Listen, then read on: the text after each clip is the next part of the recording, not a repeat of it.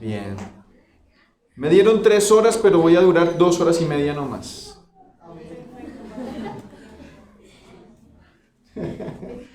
No, no se preocupe. No se preocupe. Bien, ¿ya todos tienen? ¿Ahora sí todos tienen Biblia? Entonces, por favor, ábranla en el libro de Isaías. Isaías.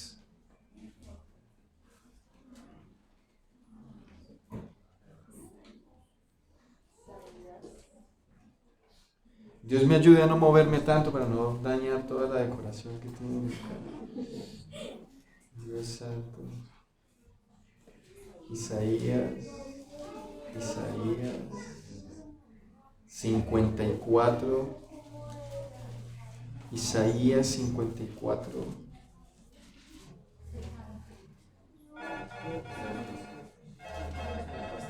Sí, le pasó lo mismo que a mí.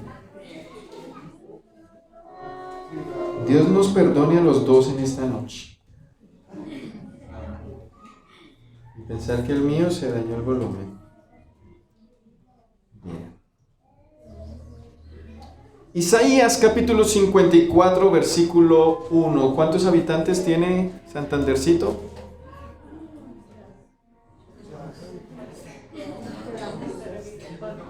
Dice, somos muchos, pastor. ¿Cuántos dices tú? Un número. 11,000. Grande, ¿eh? 11,000 es bastante. Vamos a necesitar un lugar más grande para 11,000. Dígame. Regocíjate, dice la palabra del Señor en Isaías capítulo 54. Regocíjate. ¿Qué dice? ¿Qué es regocijarse? Alégrese. ¿Cierto? Como cuando pasa algo muy bueno y se dice, alégrese, hombre. Regocíjate. ¿Quién se debe regocijar? No, ahí. Oh estéril. La que no daba a luz levanta canción y da voces de júbilo. ¿Qué es una voz de júbilo? ¿Será? A ver, una voz de júbilo. Ese fue más motivacional. La que nunca estuvo de parto, porque más son los hijos de la desamparada que los de la casada, ha dicho Jehová. Ensancha el sitio de tu tienda, y las cortinas de tus habitaciones sean extendidas. No seas escasa, dice el Señor. Alarga tus cuerdas y refuerza tus estacas, porque te extenderás a la mano derecha y a la mano izquierda, y tu descendencia heredará naciones y habitará las ciudades asoladas. No temas, pues no serás confundida, y no te avergüences, porque no serás afrentada, sino que te olvidarás de tu vergüenza, de la vergüenza de tu juventud, y de la afrenta de tu viudez no tendrás más memoria, porque tu marido es tu hacedor, Jehová de los ejércitos es su nombre, y tu redentor, el Santo de Israel, Dios de toda la tierra, será llamado. Y ustedes digan, amén. Amén. Amén. Muy bien. En medio de un momento de adversidad, en un momento de dificultad, ¿usted ha tenido dificultades? ¿Momentos difíciles? ¿Crisis existenciales? La vida viene con ese paquete. Hay momentos buenos, momentos malos. Hay momentos de alegría y hay momentos en los que nos ha tocado llorar. Hay momentos de gozo, ¿cierto? Pero hay otros momentos de dolor. Dice la palabra, sale el sol para buenos y malos y llueve para justos e injustos. De todo se compone la vida. Y el cristiano debe aprender a vivirla. Sí, debe aprender a vivir el momento bueno, pero también debe aprender a vivir el momento malo. Y aunque aquí este versículo nos habla o le habla a una mujer estéril, realmente es una metáfora. Porque Él no se está refiriendo y no le está hablando a una mujer. Él está dando una palabra a un pueblo y lo asemeja a una mujer. Porque es un pueblo que está pasando por un momento difícil, por una adversidad. Y en medio de esa adversidad, Dios le da una instrucción. En medio de esa situación, Dios da una instrucción. Solo una, con la que comienza el versículo. Regocíjate. ¿Será difícil regocijarme en medio de la angustia, en medio del dolor, en medio de la dificultad? ¿Es difícil poder alegrarme en un momento adverso en mi vida? Pero quiero decirle que usted y yo tenemos un destino que es profético. Usted y yo tenemos un destino profético. ¿Usted sabe qué es un destino profético? ¿No? Un destino profético es lo que Dios ha decidido para usted. Es a donde Dios lo quiere llevar a usted. Ese es su destino profético. Lo que Dios ha determinado para su vida. Su principio y su fin. Y es por ese destino y por ese camino que Dios a usted lo guía. ¿Usted sabe que usted puede tomar dos caminos? El suyo y el de Dios. No hay más. El camino por el cual usted toma todas las decisiones y no le consulta a Dios nada. Nada. Porque usted es quien es. Usted es el más, el que nunca se equivoca, el que siempre tiene razón. Usted es el hombre de la casa. El dueño de todo.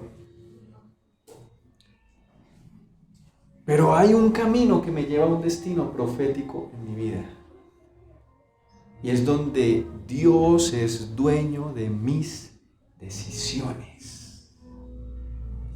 Es donde Dios es quien muestra mi camino. Y es donde dice, tu palabra es lumbrera a mis pies. Es donde Él realmente es la luz que guía mi vida. Y es donde el Señor es mi pastor. Entonces voy por un camino que me lleva a un destino profético. Voy desarrollando en mi vida aquello que Dios es para mí. Y dentro de ese camino que me lleva a un destino profético, entonces Él me dice, regocíjate en la adversidad. Regocíjate en la dificultad. Porque es allí precisamente donde debes creer que hay un Dios grande, majestuoso y poderoso que se va a encargar de las cosas de tu corazón, de los asuntos de tu corazón. ¿A cuántos no les gustaría pasar el tiempo en medio de esos momentos de adoración como que acabamos de tener, cierto? Lindo, ¿no? Adorar. Y todos tenemos situaciones particulares en la vida. Y seguramente todos están atravesando por situaciones. Y en medio de ello, regocijarnos, alegrarnos. ¿Cómo puede ser posible eso?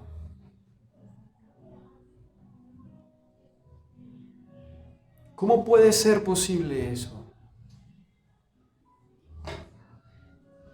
Nosotros estamos acostumbrados a alegrarnos cuando llegan las cosas, no antes.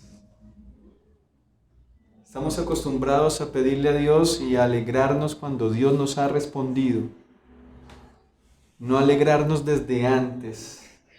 Entonces somos reactivos, ¿cierto? Reaccionamos frente a lo que está ocurriendo, frente a lo que está pasando.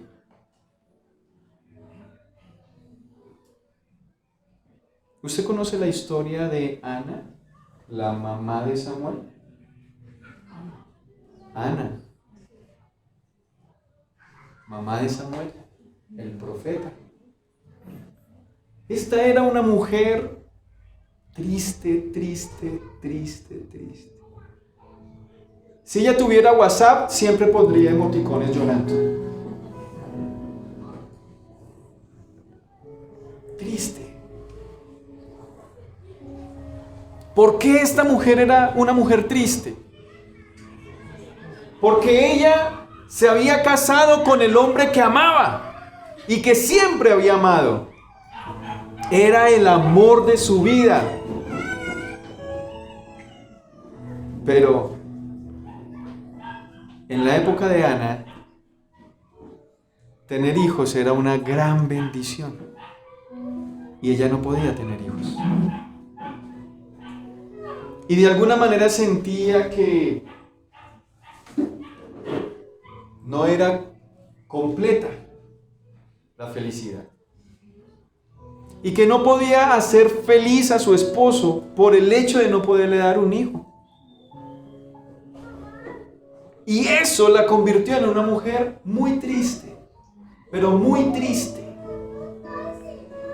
Las personas que veían a Ana la tenían como una mujer que estaba en completa amargura siempre.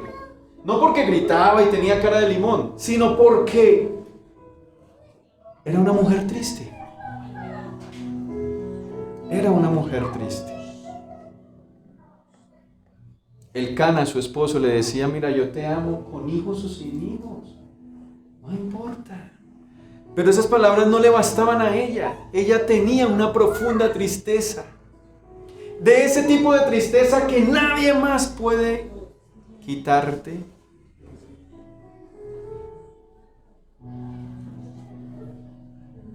Un día Ana decidió ir a la iglesia. Un día Ana decidió ir al templo. Un día tomó esa decisión. Dijo, solo Dios puede ayudarme en esta situación. Solo Dios puede darme aquello que me falta. Y decidió ir. Y allá en la iglesia, Ana se rompió completamente. Se quebró. Abrió su corazón. No pudo sostenerse en pie. Cayó de rodillas, su rostro en tierra, y lloraba delante de Dios. Pero lloraba no cuando uno le sale la lagrimita. No, ella gemía delante de Dios. Ella clamaba con llanto, con dolor, pidiéndole a Dios un hijo.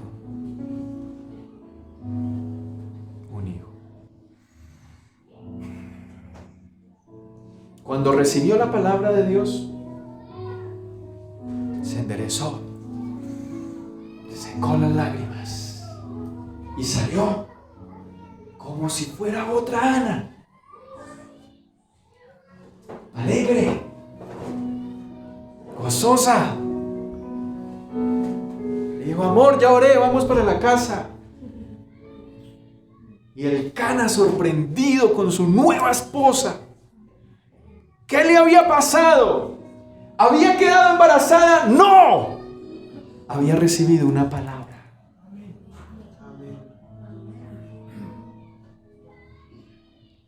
Había recibido una palabra. ¿Usted viene a recibir una palabra? Amén. Ok. Tengo palabra para darle.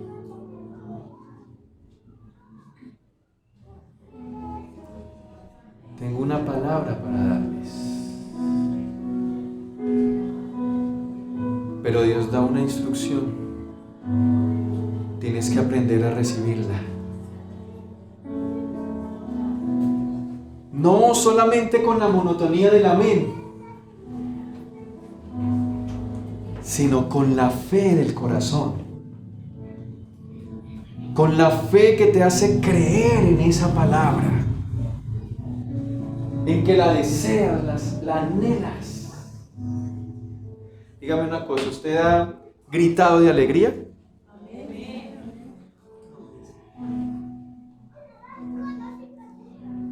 Una vez estábamos, no me acuerdo dónde estaba, pero dos chicas tal vez se vieron, no sé, hace mucho no se veían, tal vez. Lo que sí sé es que cuando se vieron, gritaron juntas y saltaban y les daban vueltas en donde estaba y corrieron a abrazarse. Y eso lloraban y gritaban y qué cosa vernos otra vez. Y dije yo no soy tan expresivo. Yo creo que la mayor expresión en mi vida es cuando estoy en púlpito. A mí me cuesta mucho expresarme. Entonces yo ese día que las vi dije, uy, yo me puse a pensar, yo dije, yo haría eso si yo viera a alguien. Gritaría, saltaría, correría, nos abrazaríamos.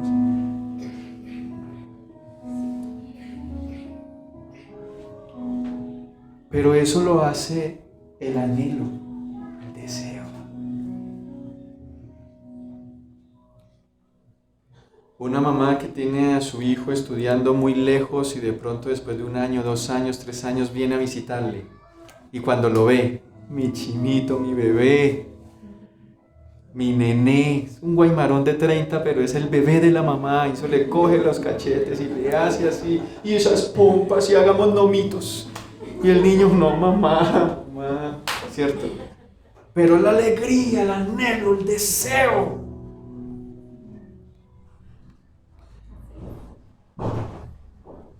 Dios quiere que aprendamos a recibir su palabra con ese anhelo. Por eso el Señor dice, no interesa tu condición estéril. No importa la dificultad o el tamaño de la angustia. Lo más importante es cómo vas a recibir lo que tengo para decirte. Y que a partir de que lo escuches, tú ya no actúes como estéril. Sino como la que o el que se alegra porque Dios ya le habló. Porque Dios ya le habló, porque Dios ya le dijo. Así que antes de ver las promesas cumplidas, algo debe cambiar en nosotros.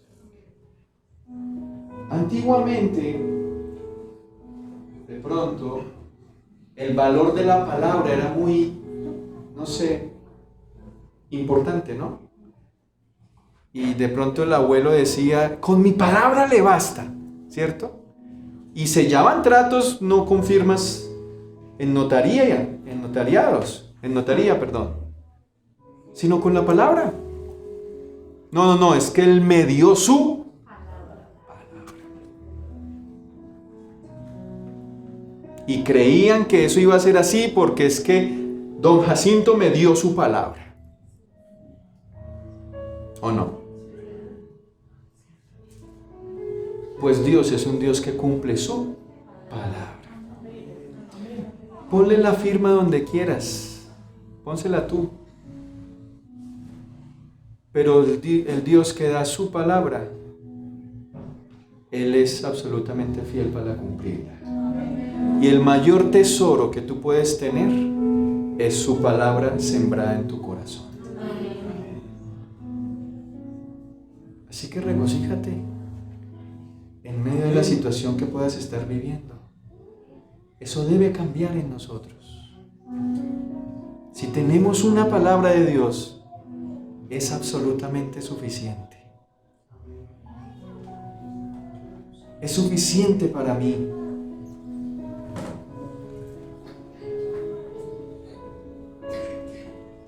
La palabra dice que el ciervo brama por las corrientes de agua. Que el ciervo brama. Porque eso es lo que anhela en ese momento, eso es lo que desea en ese momento. ¿Usted sabe cuándo el ciervo se zambulle en el agua? ¿Y por qué brama por las corrientes de agua? Porque lo viene persiguiendo el león. Él sabe que el león no se mete en el agua.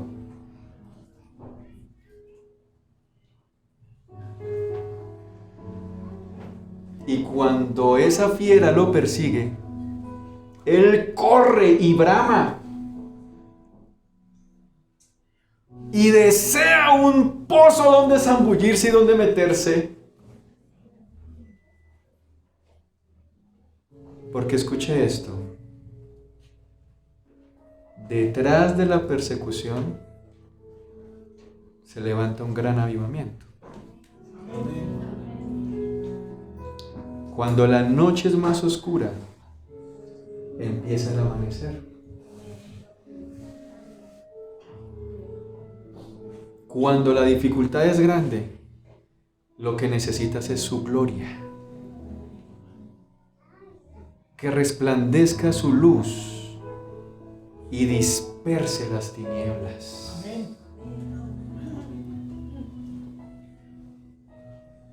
Si le anhelas, conocerás esa gloria y ese poder. Así como el siervo brama cuando se siente perseguido. Cuando parece que no hay otra salida,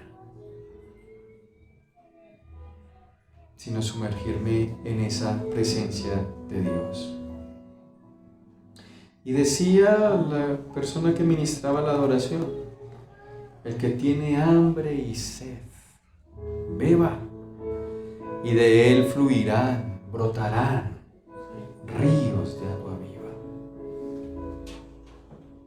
¿Habrá algo que anheles, que hayas anhelado, que hayas de pronto esperado y que cuando llegó te dio mucha felicidad?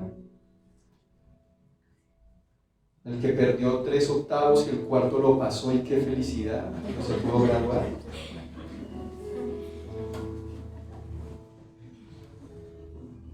¿Habrá algo que hayas anhelado y que haya llegado en algún momento? Que lo hayas esperado y haya llegado y puedas tú recordar la manera como lo recibiste.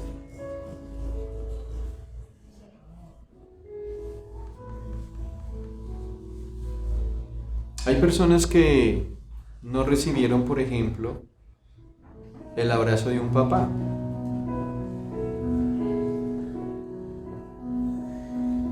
Y siempre lo quisieron, siempre lo anhelaron.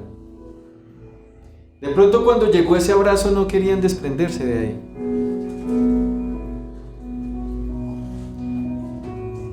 Las palabras de amor de una mamá. Porque hay muchas personas acostumbradas acostumbrados a la mamá amorosa, pero hay otros que no recibieron eso. ¿Y cómo se anhelaba eso?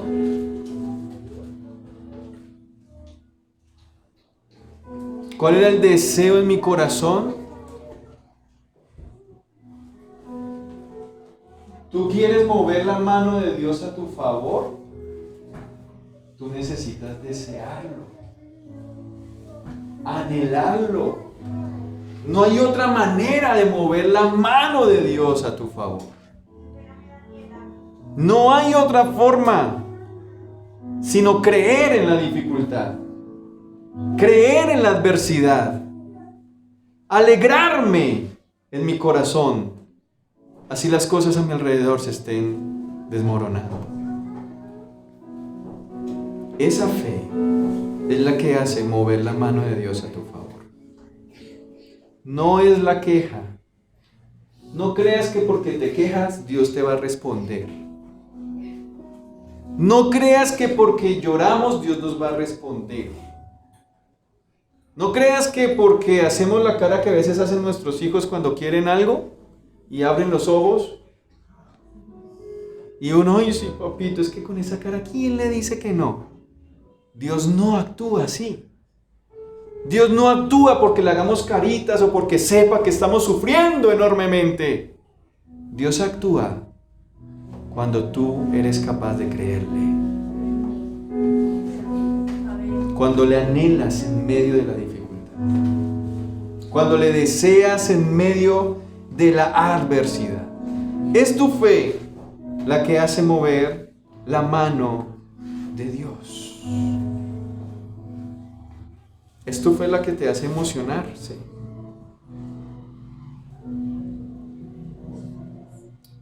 Marcos capítulo 10, versículo 46 al 52. Yo, ¿cuánto tiempo tengo, pastor? ¿O cuánto me queda?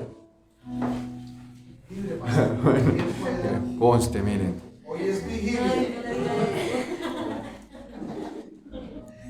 Bien. Mejor dicho, pastor, no saben qué se metió. Me dio carta libre. Bien. Marcos capítulo 10, versículo 46 al 52. Narra la historia de Bartimeo. Ninguna de las personas que está aquí es como Bartimeo. Porque Bartimeo era un joven ciego.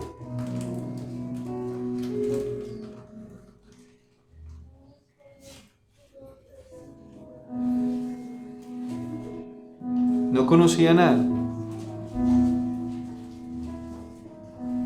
Solamente las voces. Todos los días Bartimeo estaba a la orilla del mismo camino, simplemente esperando que pasaran personas que le ayudaran, que tuvieran lástima de él y que por misericordia fueran movidos a misericordia para que le dieran comida, vestido, no lo sé. Pero un día, escuchó una algarabía. Y en esa algarabía, escuchó el nombre de Jesús. Y él ya había escuchado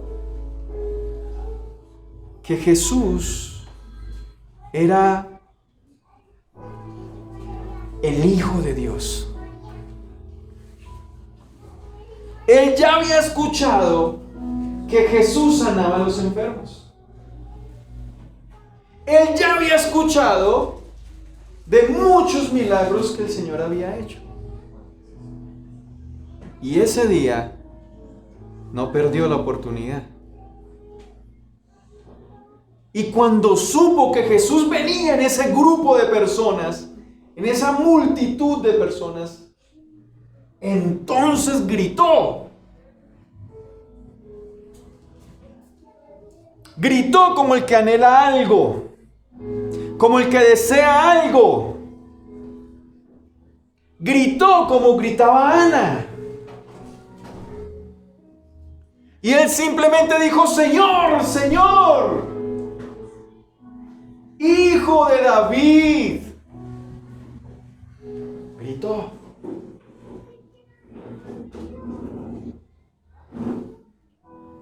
El anhelo, el deseo.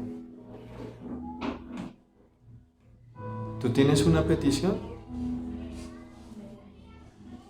Estás en el lugar correcto. Yo te estoy enseñando cómo pedir. ¿Cómo debes pedir? Creyendo. ¿Tú crees que Dios no te escuchará? Lo hará. Su palabra dice que las oraciones suben como incienso y están delante de su trono. Tengo que pedir con anhelo, con deseo, como el que quiere de verdad ser escuchado, como el que necesita ser escuchado. La mujer del flujo de sangre en el Evangelio de Lucas. Eran varios problemas. Porque la sociedad, si ahorita es algo machista, en esa época peor. Peor. La mujer era tratada más como un trofeo u objeto, posesión. Como una persona igual, con los mismos derechos. La mujer era relegada. Y esta mujer del flujo de sangre, en ese tipo de sociedad, además de ser mujer, era una mujer con constante hemorragia, por lo cual la tenían como una mujer inmunda. Nadie se le podía acercar y ella no se le podía acercar a nadie. Se le tenía prohibido tocar cosas porque lo que tocara quedaba inmundo. ¿Usted se imagina esa opresión, esa vida de esa mujer? Años y años y años y años que los vecinos no le hablan, sino que le miran mal. Que ella va a querer hablar y todos le rechazan. ¿Usted se imagina eso? ¿Por qué vivía sola? Pues obvias razones. Nadie podía vivir con ella. Pero un día escuchó que el Señor pasaría muy cerca de su casa. Y así como Ana decidió ir a la iglesia, y así como Bartimeo decidió atravesarse en el camino del Señor, ella también decidió hacer lo que fuera para ser escuchada por Dios. Con el anhelo y el deseo de presentar a Dios la necesidad que tenía, sabiendo que Él era el único que podía ayudarle. Entonces nosotros sí tenemos peticiones, pero no sé cómo las pedimos.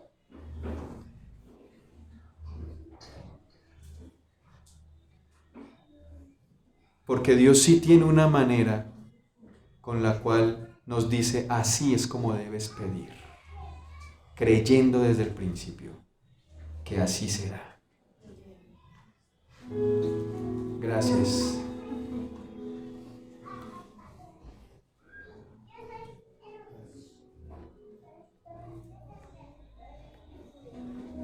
Así que regocijarnos en la adversidad es una instrucción.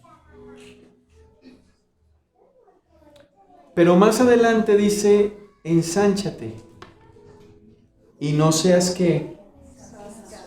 No seas escasa. No seas escasa. El Señor dice, no temas manada pequeña. ¿Usted conoce el efecto mariposa? ¿Ha escuchado el efecto mariposa? ¿Ah? ¿No? Esa es una hipótesis que presenta que los pequeños detalles pueden ocasionar cambios gigantes. Y que el caer de una simple piedra en el agua ocasiona un movimiento, ondas que se van ampliando, agrandando, agrandando, agrandando. A eso le llaman efecto mariposa. De lo pequeño pueden salir grandes cosas. Por eso el Señor dice, si eres fiel en lo poco, en lo pequeño, sobre lo mucho te pondré. Sobre lo mucho. ¿Cuántas personas hoy hay en este lugar? No sé. ¿Cuántas deben haber? Diga 11,000. Según el dato estadístico, que es la población de Santandercito. Ahora, usted lo puede ver, usted lo puede creer. Por eso el Señor dice, ensánchate y no seas escaso. Y no se está refiriendo, ¿qué es ser escaso? Cuando para usted todo es poquito y todo tiene diminutivo, ¿cierto? Es escaso. Cuando usted piensa que Dios no puede darle más.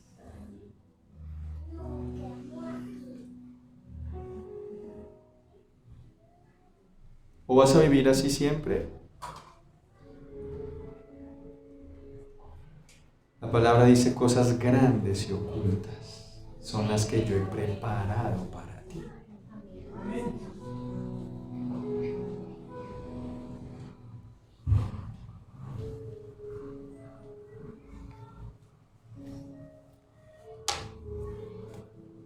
¿Cómo se entra a una universidad? ¿Cómo ingreso a una universidad?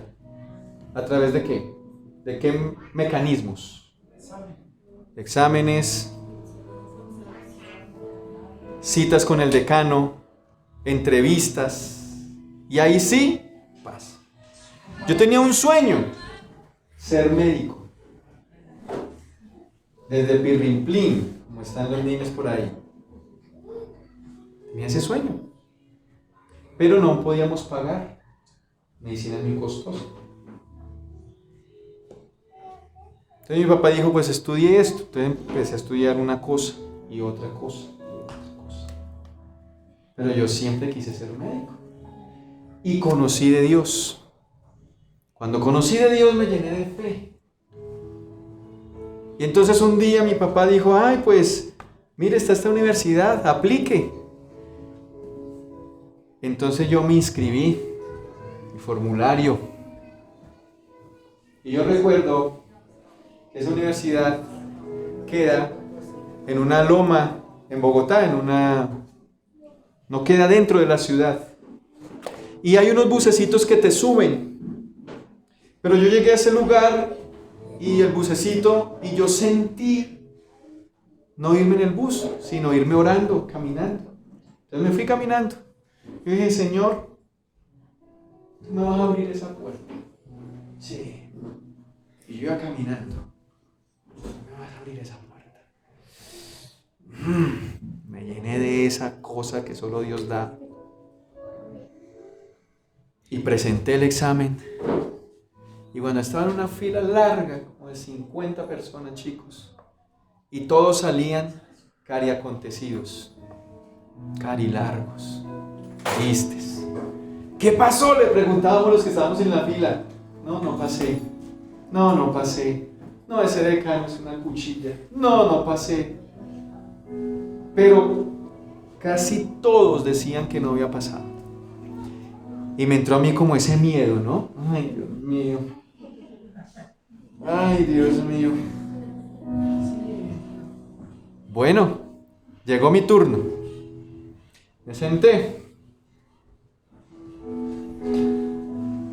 Y entonces el decano me dice, ¿usted por qué quiere ser médico? Entonces yo le conté. Y miren esto.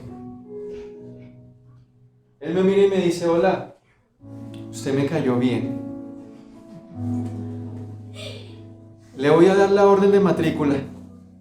Y de una vez la firmó. Dígame eso, ¿quién lo hace? Dios.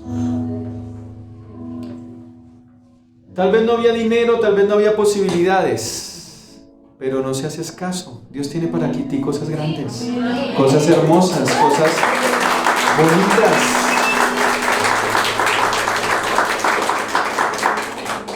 Dios tiene cosas bonitas para sus hijos. Por eso Jeremías 29 dice, yo pienso de ustedes cosas de bien, de paz, para daros el fin que ustedes están esperando. Así que el Señor dice, ensánchate, no seas escaso. Segunda de Reyes, capítulo 13, versículo 14.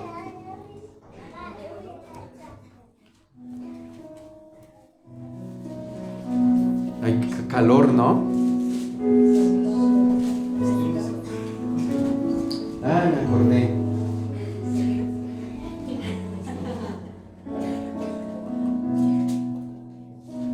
Muchas gracias.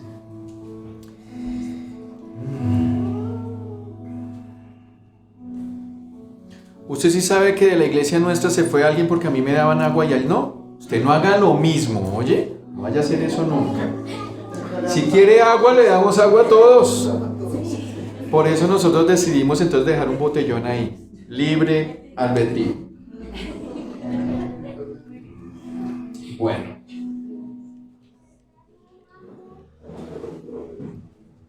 Segunda de Reyes, capítulo 13, versículo 14.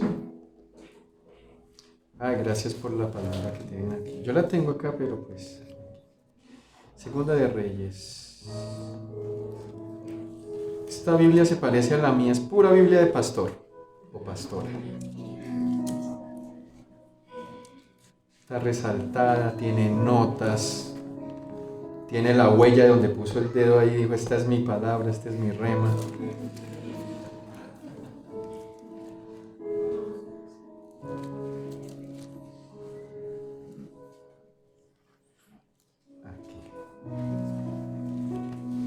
Segunda de Reyes 13. Mira esta historia, por favor. Ya casi terminamos. 20 punticos y ya. Segunda de Reyes, capítulo 13. Versículo 14. Dice, profecía final y muerte de Eliseo. ¿Sí ves que ya vamos a terminar? Final y muerte. Estaba Eliseo enfermo. Eliseo era un profeta. De la enfermedad de que murió. Y descendió a él Joás, rey de Israel, y llorando delante de él dijo, ¿quién estaba llorando? Joás. Padre mío, carro de Israel y su gente de a caballo. Y le dijo Eliseo, toma un arco y unas saetas. Tomó él entonces un arco y unas. Mira que hasta aquí todo se está dando. Joás tiene una necesidad, tiene una petición. Y él busca al profeta porque es un profeta de Dios. Y llegó clamando y gritando, ¿cierto? Padre mío, ayúdame. Y el profeta entonces le da una instrucción. Y la instrucción que le da es, toma un arco y unas saetas. Tomó él entonces un arco y unas saetas. Saetas es flechas. Luego dijo Eliseo al rey de Israel, pon tu mano sobre el arco. Y puso él su mano sobre el arco. Entonces puso Eliseo sus manos sobre las manos del rey. Y dijo, abre la ventana que da al oriente. Y cuando él la abrió, dijo Eliseo, tira. Y tirando él, dijo Eliseo, saeta de salvación de Jehová y saeta de salvación contra Siria, porque herirás a los sirios en Afec hasta consumirlos. ¿qué le dio? Diga una palabra. ¿Qué necesitaba Joás? Joás necesitaba derrotar a un ejército enemigo, pero no sabía cómo. Además, Joás era un ejército pequeñito, y los sirios eran un ejército enorme. Entonces Joás buscó al profeta. Y el profeta le da una palabra. ¿Estás pasando dificultad? ¿Sabes qué necesitas? Una palabra. Una palabra. Y la palabra que el profeta le da es: no te preocupes. Derrotarás a los sirios. Los consumirás. Pero Dios prueba el corazón, siervo. No come entero. Dios prueba el corazón.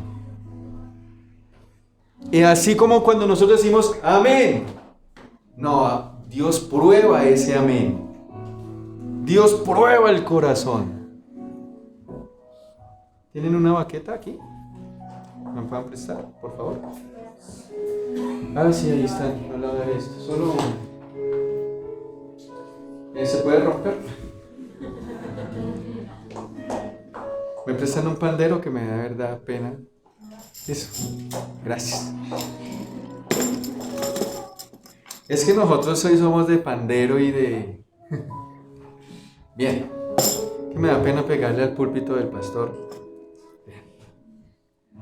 Entonces, ¿qué sucede? Dios prueba nuestro corazón. Ese amén que dices, Dios lo prueba. Dios prueba tu corazón. Entonces Joás dijo amén, y eso se animó porque iba a derrotar a los sirios. Y el profeta le dice esto.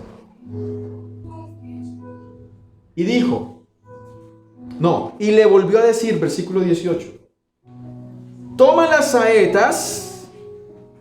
Vamos a imaginarnos que esto es una saeta, pero no se la voy a lanzar, tranquilo.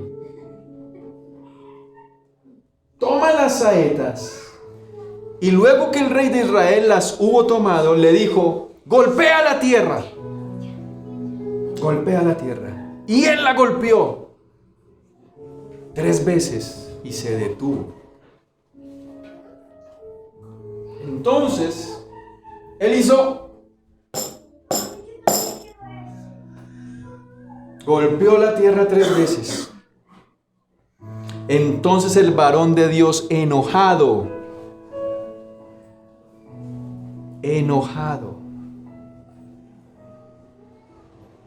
le dijo, al dar 5 o 6 golpes, hubieras derrotado a Siria hasta no quedar ninguno. Pero ahora solo 3 golpes diste. Solo 3 veces lo derrotarás. ¿Qué estaba esperando Dios de ti? ¿Qué estaba esperando Dios de ti?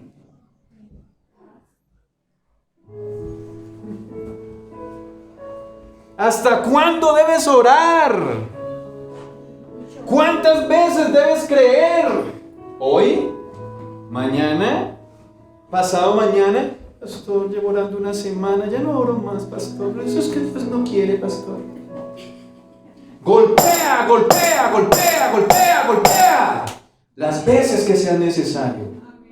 Golpea la puerta de Dios las veces que sean necesarias. Dios te dirá sí, Dios te dirá no, Dios te dirá todavía no, te dirá mañana, pero golpea hasta que tengas esa palabra ardiendo en tu corazón. Porque Dios lo prueba. Dios prueba tu fe. Dios lo hace. Decimos amén, porque tal vez todos levantan la mano, pero Dios necesita saber si tú de verdad lo estás creyendo. ¿Y cuántas veces lo vas a pedir? Golpea. Golpea esa puerta. Vuelve a pedirlo si es necesario. Vuelve a ayunar. Vuelve a orar. Vuelve a pedir por ese corazón. Sigue pidiendo por esa alma. Dios quiere que tú golpees esa fe. No puede ser escasa. Tu pensamiento no puede ser escaso. Ensancha, dice. Dios es un Dios grande. No cabe en nuestra mente. Pero la fe nos hace ver sus grandezas y su riqueza. Y su riqueza. Algunos estaban dormidos y se despertaron. Era para eso. Pa, pa, pa.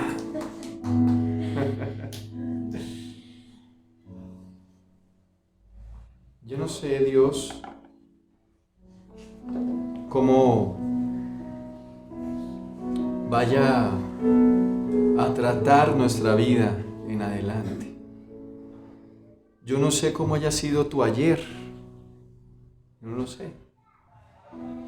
Yo no sé qué sueños o peticiones tengas a nivel personal, a nivel familiar, a nivel ministerial. ¿Usted qué quiere para la iglesia, pastor? Dígame qué sueña, qué anhela. Tener varios adoradores y un grupo de líderes grande para conquistar Santandercito y San Antonio de Tenerife.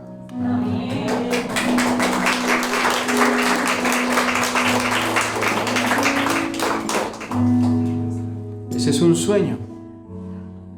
Hoy es un anhelo.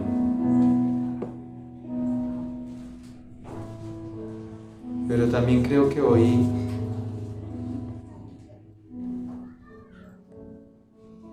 así como Joás se recibe una palabra,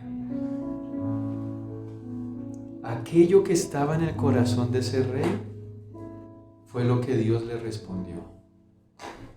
Él quería derrotar a los sirios. Y Dios le dijo, lo harás, lo harás. Y Dios le dijo al pueblo de Israel, no importa si eres desamparada, no importa, no importa. Y la comparó con la casada. ¿Sabes qué significa esa comparación? Que uno a veces dice, esas personas tienen y yo no. Pero el Señor dice, no importa si eres desamparada. Podrás tener mejor fruto que la que es casada. Y vuelvo a decir, no importa el tamaño de la manada. No importa. Lo que importa es el tamaño de la fe.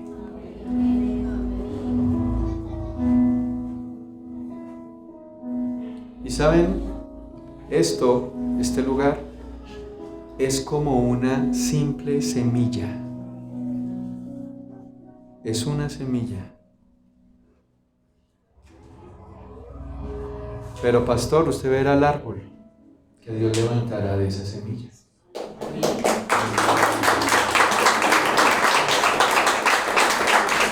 ¿Sabes qué se necesita? La fe del granito de mostaza. Yo sí creo. Usted tiene que creer que Dios hará cosas grandes. Que algunos de ustedes se formarán, estarán hombro a hombro, ayudando a cargar el arca como los levitas, entendiendo que Dios tiene un plan espiritual para este lugar, para este sector.